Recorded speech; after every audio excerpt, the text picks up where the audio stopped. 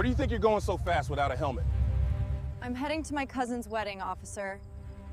You're gonna learn respect. Don't! Zach, intercept! Don't touch me unnecessarily. I am State Prosecutor Clara Bennett. What? How? The sun had just begun to dip behind the distant hills, casting long shadows across the quiet streets of Willowbrook, a small town where everyone knew everyone else, or at least thought they did. On the outskirts of town, a lone motorcycle hummed through the winding roads, the roar of its engine blending with the whispering wind. The rider, a woman in her late 20s named Clara Bennett, wore a simple leather jacket and jeans, her hair tucked neatly under a matte black helmet. Nothing about her appearance screamed authority or power. To a passing stranger, she was just another young woman on her way somewhere. There were no flashing lights, no convoy of government vehicles, no security detail trailing her. A deliberate choice. Today, she wanted to blend in, to be invisible, to experience the ordinary world for a few fleeting hours. She was on her way to her cousin's wedding, a rare moment of normalcy in a life spent navigating the intricate web of laws, cases, and courtroom battles. Clara had spent years climbing the ladder to become the state prosecutor for the entire district, a position that carried immense responsibility and influence. Yet, at this moment, she was just Clara, a citizen on a motorcycle, free in the anonymity of her own city. As she approached the outskirts of Willowbrook, Clara noticed the flashing lights of a police checkpoint in the distance. 3 officers stood rigidly across the road, their uniforms crisp and their expressions sharp, like predators sizing up prey. At the center of the group stood Sergeant Jason Whitman, a man known in local circles for his arrogance and tendency to misuse authority. He raised his hand in the universal signal for her to pull over, and Clara, without a word, guided her Harley to the side of the road. The sound of gravel crunching under her tires seemed unnaturally loud in the quiet evening, echoing across the nearby trees. As she came to a stop, she noticed the other officers shifting uncomfortably, some exchanging glances that betrayed a mixture of curiosity and impatience. Sergeant Jason's eyes locked on her, scanning her from head to toe, taking in every detail, as if her calm demeanor and unassuming appearance were some sort of personal challenge. "What's your destination?" Jason asked, his tone deliberately sharp, dripping with authority. Clara removed her helmet slowly, revealing a face that was composed, strikingly intelligent, and unflinchingly calm. "I'm going to my cousin's wedding," she replied in a steady voice, the kind that carried an undercurrent of quiet confidence. Her words were simple, polite, but the subtle firmness behind them was enough to make Jason's smirk falter for a fraction of a second. Jason stepped closer, leaning slightly toward her, the smirk returning with a hint of menace. "No helmet. Riding too fast. Are you planning on teaching us some kind of lesson in recklessness today?" He sneered. From his pocket, he pulled out his ticket book, flipping it open as though the law itself were a weapon he could wield against anyone who dared challenge him. Clara's calm gaze followed his every movement. She was already aware of his reputation, the way he enjoyed asserting power over ordinary citizens, the way he made them feel small. And yet, she didn't flinch. She didn't panic. She simply stood there, observing, letting him make his first mistake. "You've broken traffic rules," Jason said, raising his voice slightly, as if that alone justified the intimidation he intended. "We'll have to write you a ticket or perhaps teach you a proper lesson in obedience." One of the younger officers shifted uncomfortably, clearly aware of the harshness of Jason's tone, but hesitant to intervene. Jason's words were meant to provoke, to incite a reaction, and for most people it worked. Most people would have stammered, apologized, or even begged to be let go. But Clara was not most people. Her calm eyes held a quiet fire, an intensity that hinted at far more than a simple citizen on a bike. As Jason gestured for the officers to step closer, preparing to escalate the situation, Clara's mind remained focused. She knew exactly what she was doing. Every reaction, every pause, every subtle movement was deliberate. She let the tension build, let the officers reveal their arrogance, their overconfidence. To the untrained eye, she might have seemed vulnerable, but in reality, she was studying them, mapping out their behavior, understanding the weaknesses in their overblown authority. The sergeant raised his hand suddenly, and Clara instinctively braced herself. A harsh slap across the cheek made her head jolt to the side, but she did not cry out. Pain shot through her, sharp and sudden, but she swallowed it, allowing only her eyes to betray a flicker of the anger surging within. Jason laughed, thinking he had successfully intimidated her. "Still some attitude, huh?" he said. "I've broken many like you before. You'll learn sooner or later." But Clara's silence was deafening. She didn't retaliate, didn't argue. Her quiet defiance was far more unnerving than any shouting or aggression. Another officer stepped forward, attempting to grab her arm, and Clara's reaction was swift and controlled. She pulled free effortlessly, a subtle warning in her posture that any further aggression would have consequences far beyond what these men could imagine. Yet she still said nothing. She didn't reveal her name, her position, or anything about herself. She wanted to see how far their arrogance would go, how deeply they could sink into abuse of power before someone finally stopped them. Meanwhile, the motorcycle, now resting on the side of the road, had become collateral in their frustration. One officer struck it with a baton, sending a shudder through the metal, but Clara remained steady. Every action, every threat, every aggressive gesture from the police was recorded silently in her mind. She was witnessing not just personal abuse, but a microcosm of a larger problem, a corrupt system that preyed on those who appeared weak, who dared to challenge nothing. Clara knew she had the power to change that, but she also understood the importance of timing. If she revealed her identity too soon, the lesson, the truth, would be lost. So she stayed calm, let the chaos unfold, and waited for the moment that would expose the real criminals in the room. By the time the sergeant decided to escalate further, calling for her to be dragged to their vehicle, Clara's resolve was unwavering. Each step, each tug of her hair, each shout aimed at her, only strengthened her understanding of the depths of their arrogance. She had entered Willowbrook that evening as an ordinary citizen, but the night was far from ordinary. Little did the officers know the calm, unassuming woman before them was the very person responsible for enforcing the law across the entire district. And when the truth finally surfaced, the shock wave would be felt not just within this small precinct, but throughout the entire county. By the time Clara was forced to follow the officers toward their patrol vehicle, the sun had almost disappeared completely, leaving the streets bathed in a dim, almost eerie twilight. The three officers flanked her like predators circling their prey, each step heavy with the authority they wielded so carelessly. Sergeant Jason Whitman walked ahead, his leather shoes clicking sharply against the cracked pavement, each sound echoing through the silence of the nearby trees. The youngest officer, barely out of the academy, shifted nervously from foot to foot, clearly uncomfortable with the way Jason was escalating what had begun as a routine traffic stop. The air was thick with tension, and even the distant hum of Clara's hardly seemed to underscore the moment, as if the world itself was holding its breath, waiting for what would happen next. Clara walked steadily, her head held high, her gaze forward, her breathing calm and controlled. She didn't rush, but neither did she hesitate. Every movement was deliberate, calculated, and composed, like a chess master letting her opponents reveal their true strategy before making her move. "Come on, move faster," Jason snapped, spinning to glare at her over his shoulder. "I said this was not a social visit. You're coming with us." His tone was meant to intimidate, to provoke, but Clara didn't flinch. She merely adjusted the strap of her helmet in a slow, calm motion, an almost imperceptible gesture that only heightened the officer's irritation. He muttered under his breath, the words sharp and venomous. "This one's got spirit, too much for her own good." One of the other officers snickered nervously, glancing between Clara and Jason, sensing the growing tension. They could see that she was not reacting in the way they expected, that she wasn't breaking, wasn't pleading, wasn't showing the fear they were used to instilling in ordinary citizens.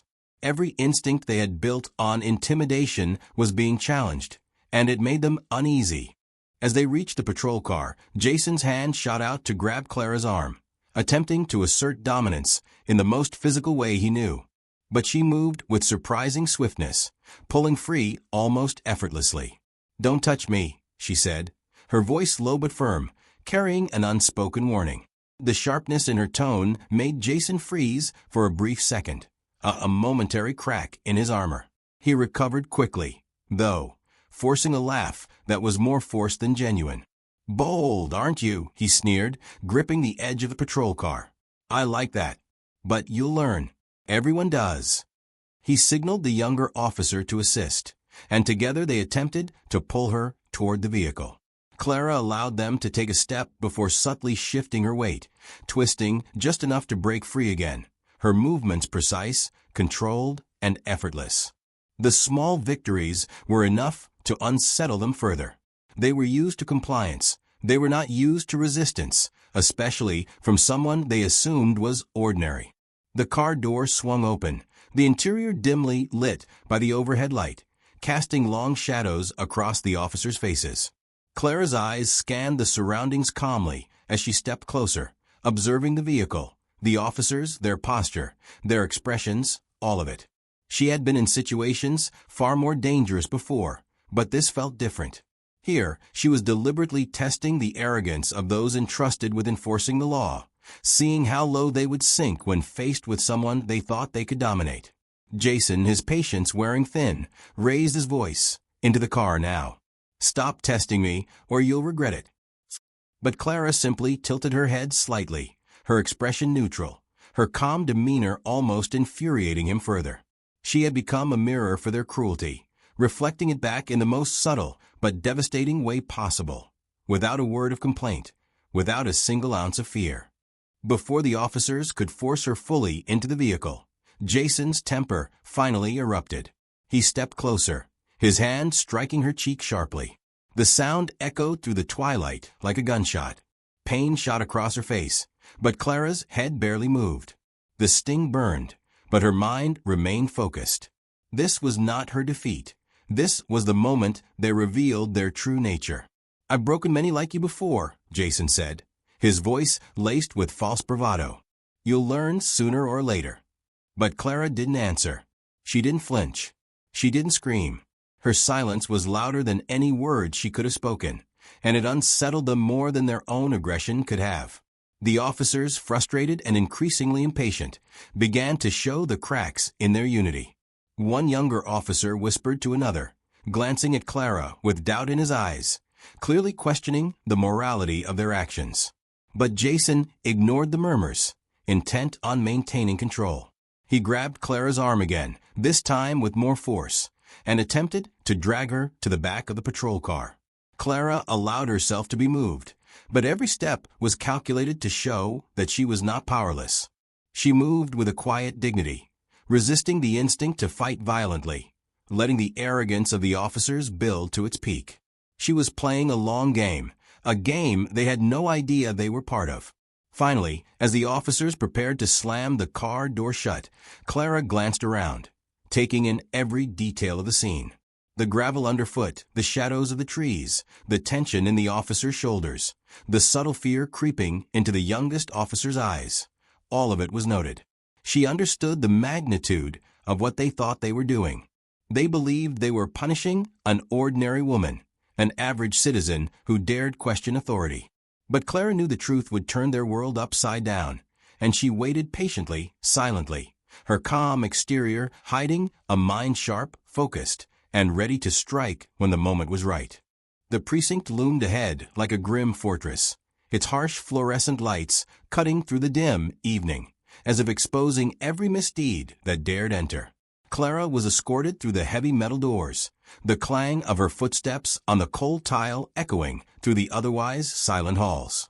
The walls were lined with faded posters about law and order, their slogans mocking the scene unfolding in front of them. Inside, the air smelled of disinfectant and despair, the faint odor of worn uniforms mixing with the lingering tension from countless previous encounters between the officers and the citizens they were meant to serve.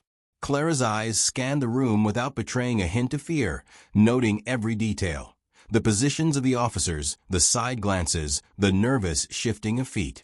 Every small movement spoke volumes about the mindset of those in power, and Clara committed it all to memory.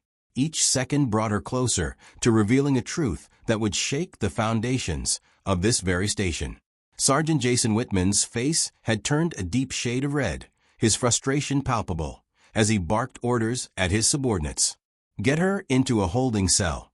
Let's see how she behaves when she's under our control," he commanded. His voice was meant to intimidate, meant to establish dominance. Yet the subtle fear creeping into the younger officers' expressions told a different story. They weren't used to seeing someone remain so composed under direct assault. The first officer reached out, attempting to grab Clara by the arm again. She pulled back smoothly, almost effortlessly, her movements precise enough to assert control without overt confrontation. "Don't touch me unnecessarily," she said, her voice calm but authoritative, the kind that could stop even the boldest of men in their tracks. Jason scowled, his patience thinning. "You're going to learn respect," he spat, gesturing to the younger officer to restrain her. They attempted to drag her down the narrow corridor, her boots scraping against the worn tiles as she resisted just enough to make them realize she was not ordinary. The officers had expected tears, screams, or at least the faintest sign of fear. Instead, they were met with a stoic calmness, an unwavering gaze that seemed to pierce through the pretense of their authority. Each officer could feel their confidence slipping, their carefully cultivated arrogance crumbling under the weight of her silent defiance. Clara had become a mirror, reflecting every flaw, every misstep, every abuse back onto them in a way they had never experienced. As they reached the holding area, the lights flickered slightly, casting long shadows across the rows of cells. The harsh clang of a locking mechanism echoed like a gunshot, signaling that this was a place where power was abused with impunity. Clara was shoved into a corner cell, its walls scarred with years of neglect, and the floor littered with the remnants of previous occupants' despair. Two prisoners already occupied the space, their faces marked by a mixture of suspicion and resignation. One of them, a woman in her 40s, peered at Clara cautiously. "What did you do to end up here, sister?" she whispered. Clara gave a faint, almost imperceptible smile, choosing to remain silent. Observing, without participating, had become her strategy. She needed to see just how low these officers would sink when confronted with someone they assumed was powerless. Meanwhile, outside the cell, Jason's temper had reached a boiling point. He barked orders at his subordinates, concocting charges as he went. "We'll say she resisted arrest. We'll say she lied, misbehaved, maybe even committed theft or blackmail. Write whatever you need to justify this," he commanded, slamming a file onto the counter. The younger officers hesitated, their eyes darting nervously between each other. But Jason's fury left no room for dissent. "In this station," he growled, "proof isn't required. We create it here." His words carried a chilling weight, and yet Clara's presence remained unshaken. She had faced corruption before, manipulation before, but this was an opportunity to expose the very arrogance of a system that thought it could oppress anyone without consequence. Clara's mind was sharp, noting every detail. The way the younger officers flinched when Jason raised his voice, the subtle hesitation when they were instructed to fabricate charges, the almost imperceptible fear creeping into the corners of the room. She was aware of her power, but she wielded it with patience, letting the arrogance of the officers unfold naturally, allowing them to reveal the depth of their own corruption. Every attempt at intimidation, every harsh word, every physical gesture of control only strengthened her resolve. She didn't need to fight them physically. Her calm, unyielding presence was enough to disturb the balance of power. Time seemed to stretch endlessly inside the precinct, each tick of the clock amplifying the tension. Officers whispered amongst themselves, some questioning the morality of their actions, others too afraid to defy Jason. The sergeant, however, remained oblivious to the storm building around him, confident that his authority was absolute. He underestimated the quiet power of a woman who had spent years navigating complex legal battles, a woman who understood the nuances of justice and the patience required to see the full picture before striking. Clara remained in the corner, observing silently, allowing every insult, every shove, and every fabricated accusation to fall around her like the hollow sound of false authority. And then, amidst the chaos, a door opened at the far end of the hall. The sound, though brief, caused an immediate shift in energy. Officers paused mid-motion, whispers died, and a subtle unease filled the room. Clara's eyes flicked toward the doorway, noting the presence of someone who carried an air of authority distinct from the others. The calm, almost imperceptible tension in her expression remained, but there was a faint glimmer of anticipation. She had waited for this moment, for the first sign that her silent strategy might finally bear fruit. The scene was set, the players in position, and the revelation that would soon shake the precinct to its core was only moments away. The fluorescent lights inside the precinct flickered faintly as the tension reached a palpable crescendo. Clara sat in the corner of the holding cell, her back straight, hands resting calmly on her knees, her eyes observing every detail, every movement, every nervous glance exchanged among the officers. Sergeant Jason Whitman's face was crimson, veins pulsing visibly on his temple. His usual smug confidence eroded by the one person who refused to obey the unspoken rules of submission. He had expected fear, groveling, perhaps a tearful apology, but instead he was met with silence, an unyielding, impenetrable calm that unnerved even the youngest officer standing nearby. Every command he barked, every threat he spat, seemed to bounce harmlessly off Clara, leaving him frustrated and increasingly reckless. His authority, which once seemed absolute, now felt fragile, vulnerable to exposure. He stormed across the precinct floor, slamming his fists against the counters and files in a display meant to intimidate, but only emphasizing the emptiness of his power. "Why won't she answer?" he growled, his voice rising above the clatter of the station. "What's your name? Where do you live? Who sent you?"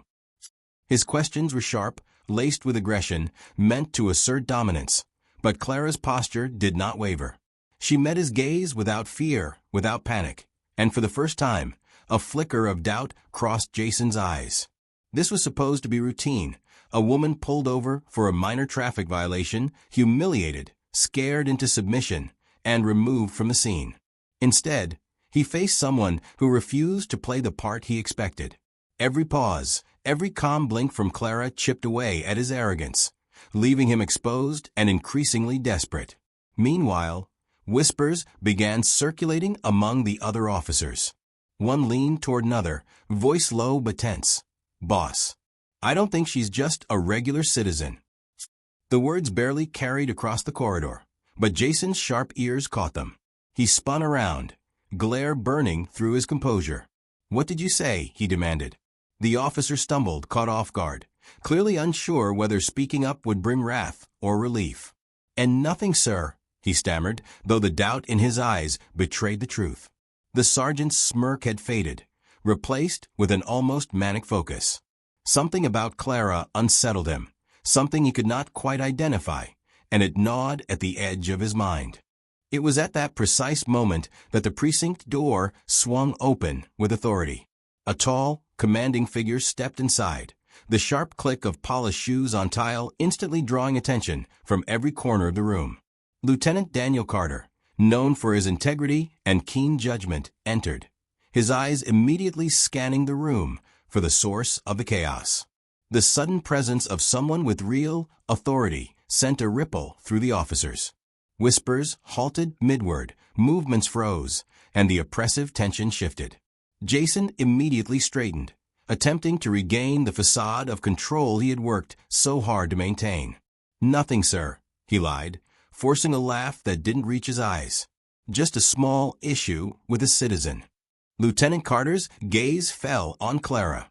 At first glance, she appeared calm, composed, unremarkable. Just another young woman who might have made a mistake. But there was something in her eyes, a quiet command, an unmistakable presence that suggested she was far from ordinary. "What's going on here?" Carter asked, his tone firm but measured, demanding truth rather than theatrics. Jason's smirk wavered, and for the first time, he hesitated before responding. "Sir, she was misbehaving during the checkpoint."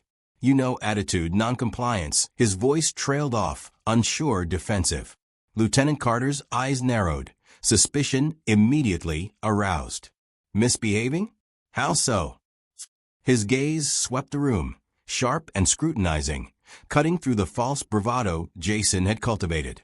Clara remained silent, her lips sealed, giving nothing away. Every second of her silence amplified the tension, her calm demeanor now becoming a puzzle that demanded attention. Carter studied her carefully, noting the way she carried herself, the subtle confidence in her posture, and the unshakable calm in her eyes. He could sense that something significant was being concealed, and the truth, whatever it was, would not remain hidden for long. Jason, sensing the scrutiny, attempted to reinforce his narrative, gesturing toward her cell. She refuses to give her name, sir. Won't say a word. Carter's frown deepened. Step aside, he commanded, moving closer to the cell. Clara's eyes briefly met his, her expression neutral yet measured, as if weighing his judgment, assessing his intent. Lieutenant Carter could feel that she was no ordinary detainee. The calm in her voice, the poise in her posture, and the deliberate patience in her actions signaled someone used to navigating power, someone who could not be intimidated by brute force or fabricated authority. The precinct, once filled with shouting, commands, and the noise of false authority, fell into an uneasy silence.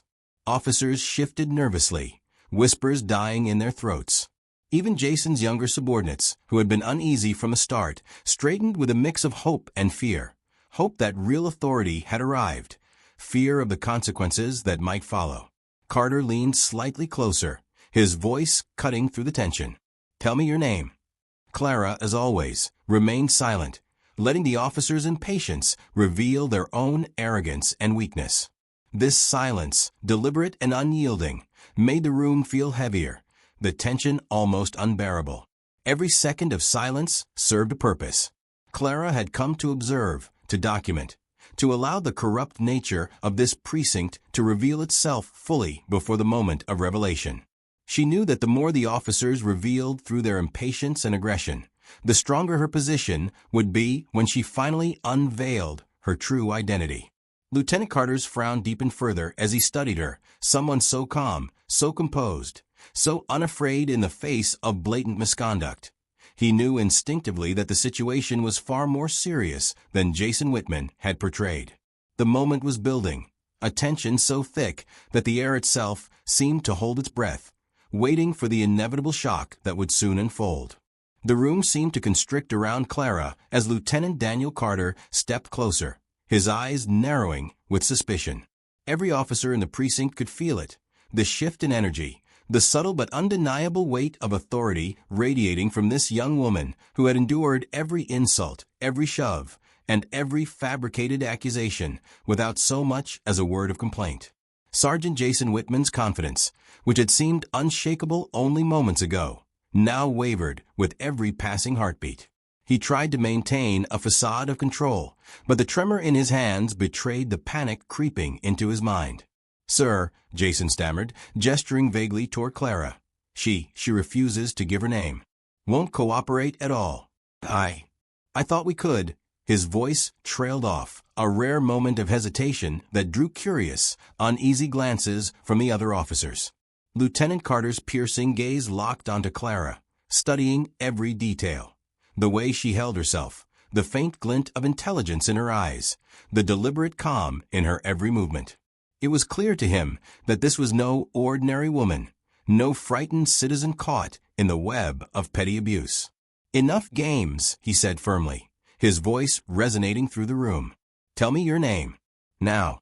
Clara's lips curved into the faintest of smiles, almost imperceptible, as though the anticipation she had cultivated for weeks had reached its climax. Slowly, deliberately, she raised her chin, her eyes meeting Jason's for the first time since this nightmare began. The silence stretched, thick and suffocating, every officer in the room holding their breath. Finally, in a voice calm, controlled, and authoritative enough to silence even the murmurs, Clara spoke. I am State Prosecutor Clara Bennett. The words landed like a thunderclap. The air seemed to crackle with the shock of the revelation. For a moment, no one moved. Jason froze mid-step, his hand still raised as though about to bark another order. The younger officers gaped, eyes wide with disbelief. Whispers erupted, some stifled, some loud, as the realization rippled through the room. The woman they had humiliated, dragged, threatened, and tried to coerce was not just any citizen. She was the very person responsible for upholding the law in the entire district. Jason's face turned ashen, his bravado evaporating like smoke in the wind. Every step he had taken, every shove, every insult, every fabricated charge now bore the weight of consequences he could no longer control. He glanced nervously at the younger officers, hoping for an ally, but instead saw the shock mirrored in their expressions. Even the officers who had previously attempted to justify his actions seemed paralyzed, suddenly aware that they were complicit in humiliating the highest legal authority in the county. Carter's eyes scanned the room, ensuring that the officers understood the gravity of the situation. "Everyone present needs to recognize the seriousness of what just occurred," he said, his voice steady and commanding. "This is not a minor issue. The misconduct here is extensive, and it will be addressed." Clara remained composed, her silence in the moments following her revelation amplifying the chaos around her. Her calm demeanor contrasted sharply with the officer's panicked energy. Jason attempted to speak, to salvage what little authority he thought he retained. I didn't know, ma'am, he began, but Clara's gaze cut through him like a blade. She raised a single finger, a subtle gesture signaling that he would speak only when spoken to. Every word he had intended to say, every excuse he had rehearsed, dissolved in the gravity of her presence. The precinct, once filled with noise, shouting, and fabricated authority, now felt like a tomb of frozen realization. Every officer acutely aware that the woman before them held the power to dismantle their entire operation. Clara's revelation also triggered immediate action from Lieutenant Carter. "Sergeant Whitman," he said, his tone now sharp, commanding, leaving no room for delay or disobedience, "you are suspended immediately. You will remain here until an internal investigation is completed, and every officer involved in the harassment and fabrication of charges will be documented. Their complicity will not be ignored." Jason's eyes widened in terror, and his usual arrogance evaporated entirely.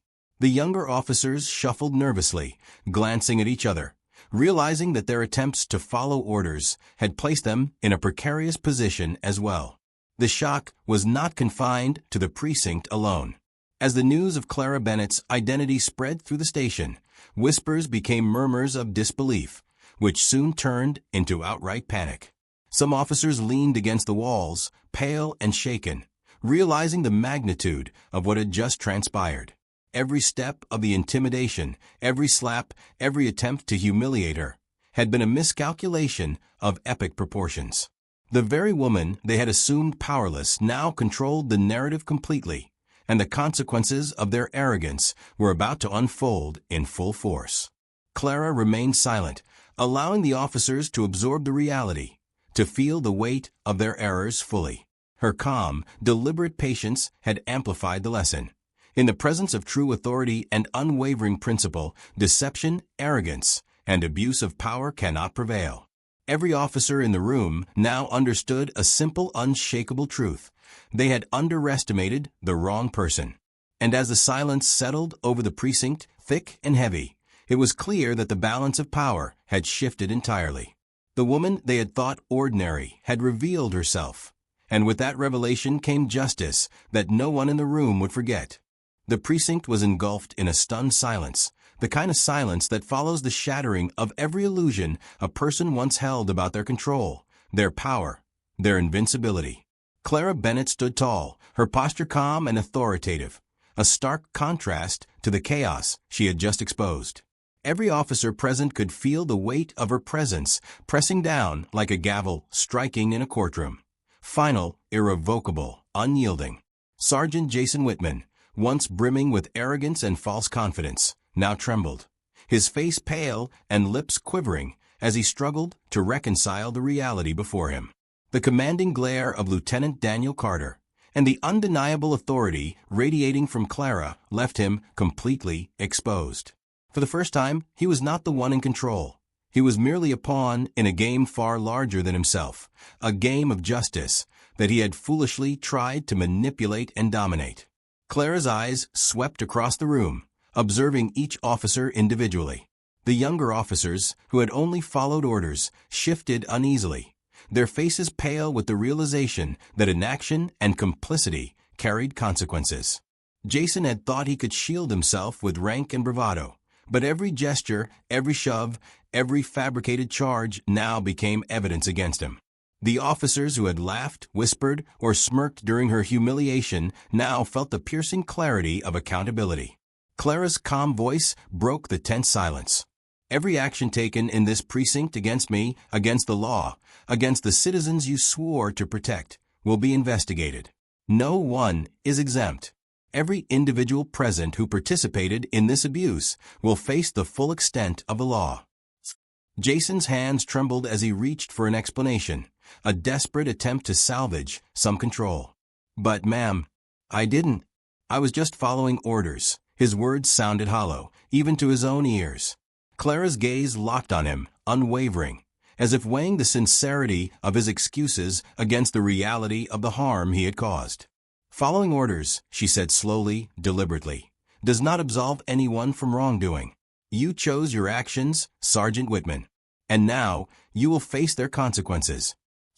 The weight of her words settled like a stone in the pit of every officer's stomach. Fear, shame, and disbelief mingled into a heavy atmosphere, each individual suddenly aware that the era of impunity in this precinct had come to an abrupt and undeniable end. Lieutenant Carter, equally composed but visibly relieved to have Clara's authority backing him, immediately moved to implement corrective measures. "Secure Sergeant Whitman in a holding cell immediately," he ordered, his tone firm and unwavering. Officers hesitated, glancing nervously at each other, but the presence of Clara left no room for hesitation. Jason was quickly escorted to a separate cell, his protests falling on deaf ears. The younger officers watched in silent dread as the man who had humiliated Clara was now experiencing a fraction of the fear and helplessness he had inflicted. One by one, the officers who had participated in or condoned the abuse were summoned to face questioning and documentation of their actions. Panic spread through the room as the realization hit. This was not a mere reprimand. It was accountability in its most unyielding form. As the investigation commenced, Clara's demeanor remained calm, almost serene, yet every movement, every glance, carried authority that demanded respect. She reviewed files, questioned officers, and meticulously recorded testimony, her presence ensuring that the truth would be unearthed without bias or obstruction.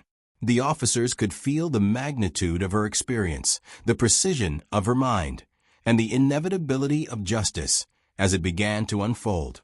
Every whisper of defiance or hesitation was met with a measured look that left no doubt. She was in control, and her patience had been tested long enough. The precinct that once operated under arrogance and impunity now operated under scrutiny and fear, the transformation complete in the span of a few intense hours. Outside the station, news of the unfolding events spread rapidly. Journalists and citizens alike, who had long suspected corruption in the precinct, now had their suspicions confirmed. The story of Clara Bennett's courage, resilience, and unwavering integrity became an instant sensation, capturing the attention of the entire district. People watched in awe as the state prosecutor, humiliated and dragged through the system she was sworn to uphold, had turned the tables and brought justice not just to herself, but to an entire corrupt network. Her actions served as a resounding message. No one, regardless of rank or position, was above the law, and the truth could not be suppressed by intimidation, force, or deceit. By the end of the day, the precinct had undergone a transformation. Officers involved in misconduct were suspended or placed under investigation, and a new standard of accountability was established.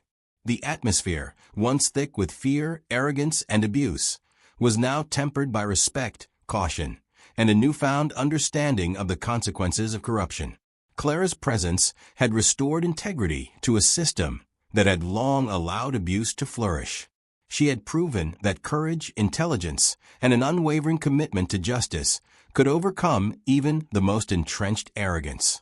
As she finally stepped outside into the cool evening air, Clara Bennett paused for a moment, taking in the city around her. The streets, quiet now, seemed almost to exhale, as if the very ground beneath her feet recognized the shift in power, the restoration of justice.